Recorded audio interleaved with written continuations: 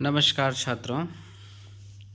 BA प्रथम year semester प्रथम examination 2023-24 राष्ट्रीय शिक्षा नीति 2020 माइनर हिंदी काव्य। जिन बच्चों ने बीए प्रथम वर्ष में, वो चाहे जिस भी विश्वविद्यालय में हो, अगर उन्होंने माइनर के रूप में हिंदी लिया है तो माइनर के प्रश्न अलग अलग यूनिवर्सिटियों में हो सकता है, लेकिन राम मनोहर लोहिया अवध यूनिवर्सिटी विश्वविद्यालय और लखनऊ विश्वविद्यालय और गोरखपुर और पूर्वांचल यूनिवर्सिटियों में हिंदी काव्य या को जो माइनर के रूप में है उसको वस्तु जो है बहुविकल्पी के रूप में रखा गया है। उसी पेपर को हमने आपके लिए लाने का प्रयास किया और बहुत दिनों से इच्छा थी कि हम आपको इस पेपर इस पेपर के प्रश्नों को हम आपके सामने सॉल्व कराएं और ये भी दिखाने का प्रयास करें कि पेपर ऐसे ही आता है, ये पेपर का मुंह और सामने का पत्र है। और हमने ये पेपर लिया और जैसा कि वीडियो बना रहा था तो आपको भी इससे लाभ मिलेगा। और देखते हैं एक दिन में 75 क्वेश्चन करते हैं या 30 करते हैं या 50 करते हैं। और हम चाहेंगे कि आपको एक प्रश्न से कितने प्रश्न बन सकते हैं, कितने उत्तर बन सकते हैं, उसको भी जल्दी आपको बताने का प्रयास करेंगे। और सब लोग तैयार हो जाइए। पढ़ते समय एक चीज़ का आप लोग ध्यान रखिए कि आप कॉपियों को ले करके बैठें और नोट करते जाएं, और जब वहाँ पर प्रश्न आप सॉल्व करने बैठें तो जो है वो ओमार को बढ़िया से भरिए, एकदम सही होना चाहिए। दूसरा काम आपको करना है कि पेंसिल लेके जाइए, जो उत्तर आपको सही लगें। 33 क्वेश्चन आपको सही करने हैं। देखिए, फेल पास की बात नहीं है, बात यहाँ पर है इससे ही आपकी मेरिट बनती है छात्रों। तो हमें लगता है कि आपको मेरिट अगर बढ़ानी है तो इस पेपर में आपको काम करना पड़ेगा। 75 क्वेश्चंस में किसी भी हालत में आपको लाना है 70 आ जाए तो ज़्यादा सही है, 60 आ जाए तो बहुत अच्छी बात है, पर इससे कम आता 55 आ जाए तब भी मैं मानूंगा कि ठीक है। लेकिन अगर इससे कम हो रहा है या 50 से भी कम हो रहा है तो फिर आप ये समझ लीजिए कि आपकी मेरिट यह डाउन कर सकता है। और जिन छात्रों ने जाने अनजाने लिया तो उनके लिए थोड़ी सी कठिनाई हो सकती हैं, लेकिन जिन्होंने अपनी इच्छा से पहले उनको इस विषय में रुचि रही इसलिए हिंदी काव्य लिया, तो अब इसको हम सारी कोई बात यहाँ ख़त्म करते हैं। उन्होंने अच्छा किया है। अब हम पहले प्रश्न पर आते हैं। प्रश्न नंबर 1 क्या कहता है? प्रश्न नंबर 1 कह रहा है कि हिंदी साहित्य के आधुनिक काल का नामकरण किसने किया? आपको मैंने कुछ दिन पहले एक वीडियो बनाया था, इस प्रश्न में का उत्तर मैं आपको देना चाहूँगा। हिंदी साहित्य का जो आधुनिक काल है उसको, इसमें प्रश्न पूछ रहा है कि हिंदी साहित्य का आधुनिक काल नामकरण किसने दिया था। तो आधुनिक काल वैसे तो रामचंद्र शुक्ल ज़्यादा सुटेबल उत्तर है, रामचंद्र शुक्ल ज़्यादा सुटेबल उत्तर है। और मिश्र बंधु ने सबसे पहली बार जो है वो आधुनिक काल कहा। ठीक है, प्रश्न नंबर 2 पर आते हैं। प्रश्न नंबर 2 में अगर हम पहुंचते हैं, प्रश्न नंबर 2 आपसे कह रहा है कि छायावाद शब्द का प्रथम प्रयोग किस पत्रिका में हुआ? तो छायावाद जो है आदिकाल, भक्तिकाल, रीतिकाल और उसके बाद आधुनिक काल आता है। आधुनिक काल में फिर भारतीय युग के बाद द्विवेदी युग के बाद छायावाद। और इसका उत्तर जो है बहुत आसान है। जो लोग कहेंगे सरस्वती है, लोग कहेंगे हरिश्चंद्र चंद्रिका है, लोग कहेंगे श्री शारदा है, हंस है, लेकिन आप जान लीजिए द्विवेदी युग के लिए हंस पत्रिका है। द्विवेदी युग के तुरंत पश्चात आती है, लेकिन श्री शारदा एक रचना पत्रिका है। यह पत्रिका जो है छायावाद शब्द का सबसे पहले प्रयोग करती है। ठीक है, इसके बाद प्रगतिशील लेखक संघ का प्राथमिक अधिवेशन कहाँ हुआ? इस प्रगतिशील लेखक संघ की स्थापना वैसे तो लखनऊ में होती है। एक प्रश्न पूछा जा सकता है जो इस बार पूछा जा सकता है, वो प्रश्न क्या होगा छात्रों? वो होगा प्रगतिशील लेखक संघ का अध्यक्ष कौन बना होगा? अध्यक्ष। ठीक है, तो आप लिख लीजिएगा प्रगतिशील लेखक संघ की स्थापना 1936 में होती है। यह भी प्रश्न आपके लिए महत्वपूर्ण होगा। प्रगतिशील लेखक संघ 1936 में बनेगा। और उसके बाद जो है इसके जो अध्यक्ष हैं वो कौन है? मुंशी प्रेमचंद हैं। और लखनऊ में लखनऊ में भैया अधिवेशन हुआ था। प्रश्न नंबर 4 पे आते हैं। प्रश्न नंबर 4 क्या कह रहा है कि युगवाणी किस कवि की रचना है? युगवाणी जो है वह सुमित्रा नंदन पंत की रचना है। युगांत हो गया, युगवाणी हो गया, ये सब जो है युगवाणी या युगांत, ये किस चीज़ का किस युग की बात कर रहे हैं? ये प्रगतिवाद की बात कर रहे हैं। फिलहाल वो आपके लिए ज़्यादा जानने की आवश्यकता नहीं है। आप देखिए वो है पंत, ठीक है। आगे प्रयोगवाद से जुड़े हैं, मुक्तिबोध नई कविता से जुड़े हैं, साथ में प्रयोगवाद से भी जुड़े हुए हैं। निराला जो है वो छायावाद के कवि भी हैं। और किसके कवि हैं? निराला जो है छायावाद के भी कवि हैं और प्रगतिवाद के भी कवि हैं। इतना आपको अलग से नोट कर लेना चाहिए। इन 4 प्रश्नों पर हमने जो भी प्रश्न सीखे हैं उनको देख लीजिएगा। आधुनिक काल का नामकरण किया मिश्र बंधुओं ने। प्रगतिशील लेखक संघ का प्राथमिक अधिवेशन लखनऊ में हुआ था, जिसके अध्यक्ष मुंशी प्रेमचंद थे। इतना याद रखना है आपको। छायावाद शब्द का प्रथम प्रयोग श्री शारदा मिलता है। युगवाणी किस कवि की रचना है? युगवाणी जो है सुमित्रा नंदन पंत की है। युगांत इन्हीं की ही रचना है। अनामिका निराला की रचना है। आगे हरी घास पर क्षण भर, मुक्तिबोध, भूल गलती अगर आपके सिलेबस में है तो आप देखिएगा, भूल गलती है वो आप भी इसको देख लीजिएगा। शोध शब्द किस धातु से बना है? वैसे जो शोध शब्द है वह शुद्ध धातु से बना हुआ है, ये देख लीजिएगा। इसके पश्चात जो है मुक्तिबोध की प्रसिद्ध कविता भूल गलती में किसे कैद करके लाया गया है? तो जो है सर्वहारा जो है वह कैद करके लाया गया है। आगे चलते हैं।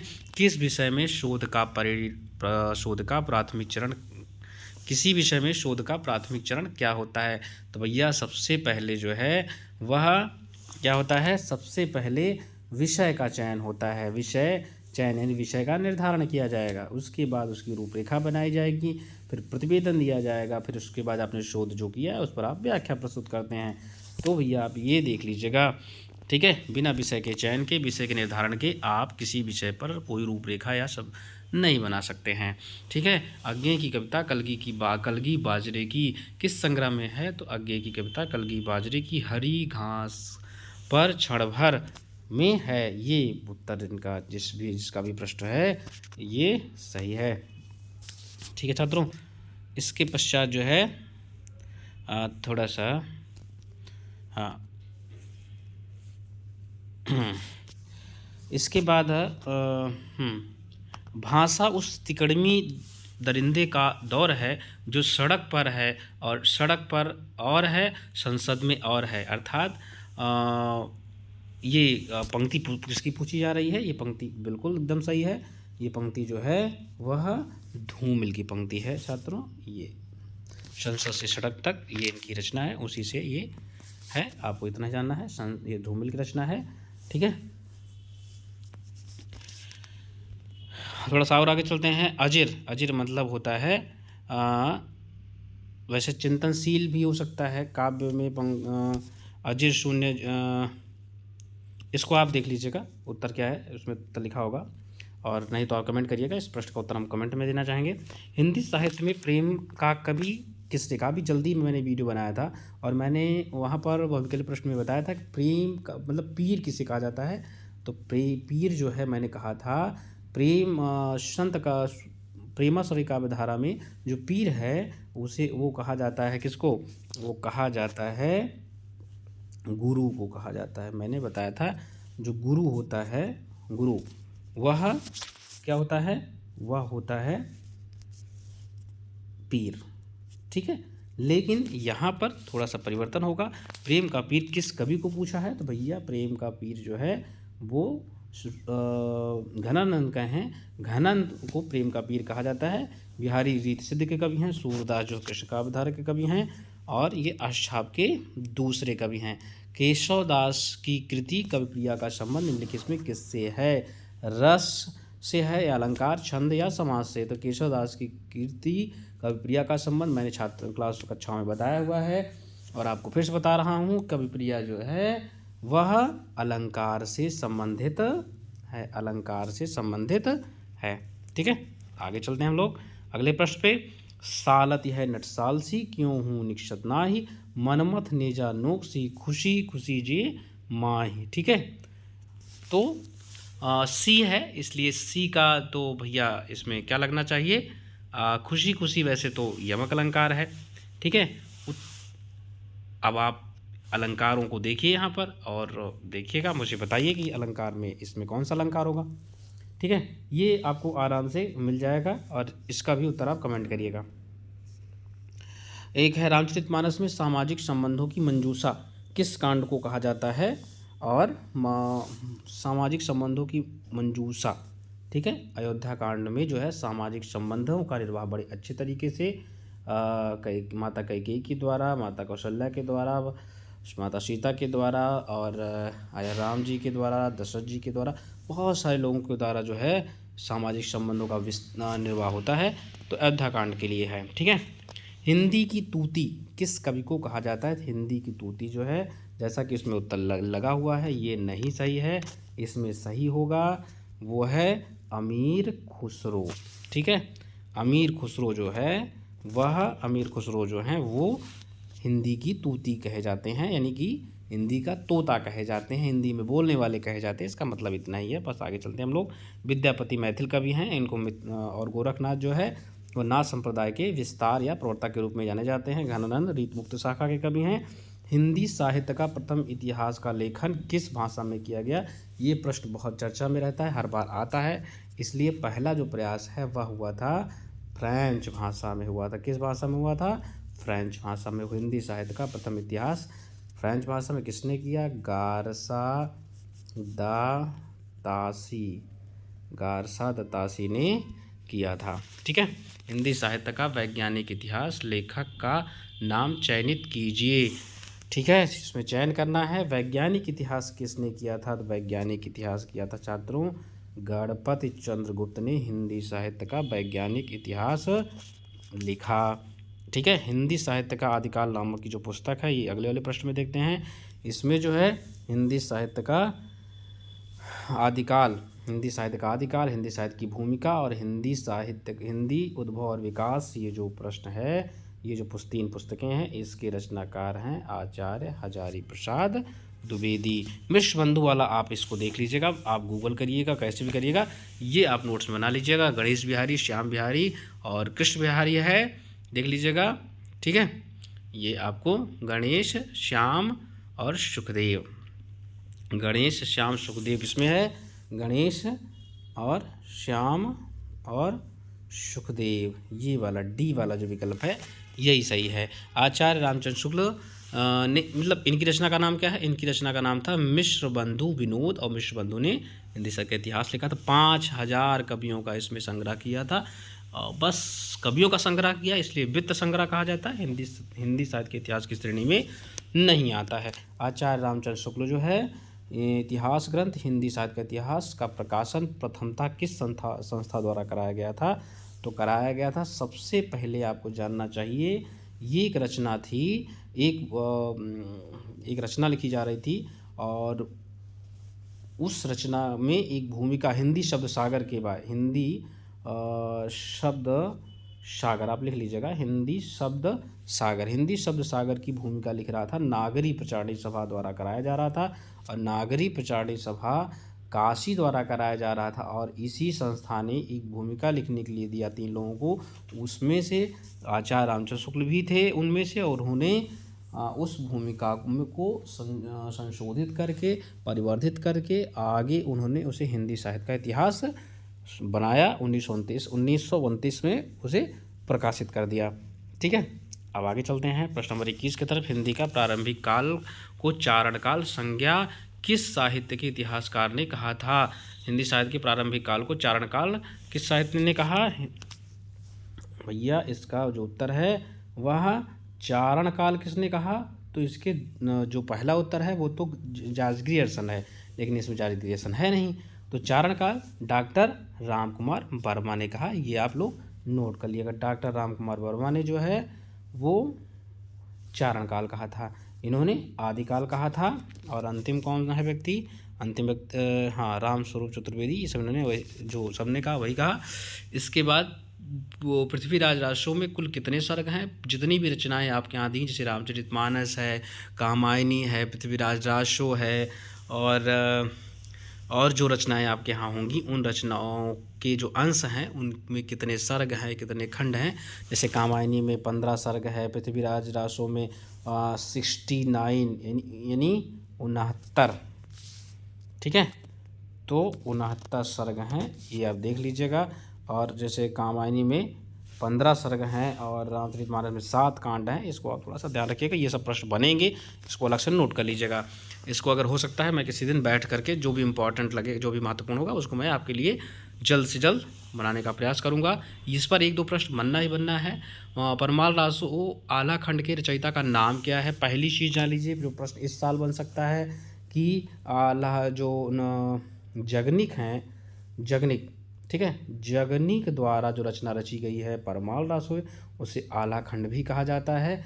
तो पूछा जा सकता है जगनिक ने किसकी रचना की है, परमाल रासो की भी की है, आला खंड की, दोनों भी विकल्प दिए जा सकते हैं। तो आप थोड़ा सा ध्यान रखिएगा। अगला है शालभद्र सूर्य। एक चीज़ यहाँ मैं आपको थोड़ा सा टिप देना चाहूँगा, अगर किसी रचना में सूर्य आता है, ठीक है, क्या आता है, सूर्य, अगर सूर्य आ रहा है तो आपको क्या करना है छात्रों, तो आपको समझ लेना है कि वह साहित्य है जैन साहित्य। कौन साहित्य, जैन साहित्य। अगर पा आ रहा है तो है सिद्ध साहित्य, किसी कवि का नाम अगर पा से लास्ट में पा आ रहा है तो सिद्ध साहित्य होगा, और सूर्य आ रहा है तो जैन साहित्य होगा। और किसी में जो है रासो आ रहा है और रासो करके आ रहा है, रासो संबंधित कुछ ऐसा लिखा है तो चारण साहित्य होगा। लौकिक साहित्य थोड़ा सा अलग है, इसके लिए कोई टिप्स अभी उस तरह से उपलब्ध नहीं है, छोड़ देते हैं। अक्षर अनन्य बेनी पिया जैसे कवि मध्यकाल के किस काव्यधारा के हैं, तो भैया ये सब निर्गुण काव्यधारा के कवि हैं, अक्षर अनन्य, ठीक है। ये आप थोड़ा सा ध्यान रखिएगा, नोट कर लीजिएगा इसको, निर्गुण काव्यधारा के। चलो आगे चलते हैं, प्रश्न नंबर कितने पे आ गए, 26। हिंदी साहित्य का प्राथमिक काल का नाम प्रारंभिक किसने सुझाया था। इस उत्तर तो भैया जो है रामचंद्र शुक्ल भी है, लेकिन उन्होंने तो वीरगाथा काल कहा था। हजारीशा द्विवेदी ने आदिकाल कहा था। रामविलास शर्मा अभी बहुत बात किए हैं तो इसको छोड़ देते हैं। एक ही व्यक्ति बच रहे हैं जो है मिश्र बंधु, इन्होंने ही आरंभिक और प्रारंभिक काल की कहा था। ये उत्तर एकदम सही है। और किसमें कहा था, मिश्र बंधु विनोद में कहा था। 3 भाई हैं, गणेश, श्याम और सुखदेव, ठीक है, इतना याद रखिएगा, पेपर में आए, इससे संबंधित प्रश्न पूछे जा सकते हैं।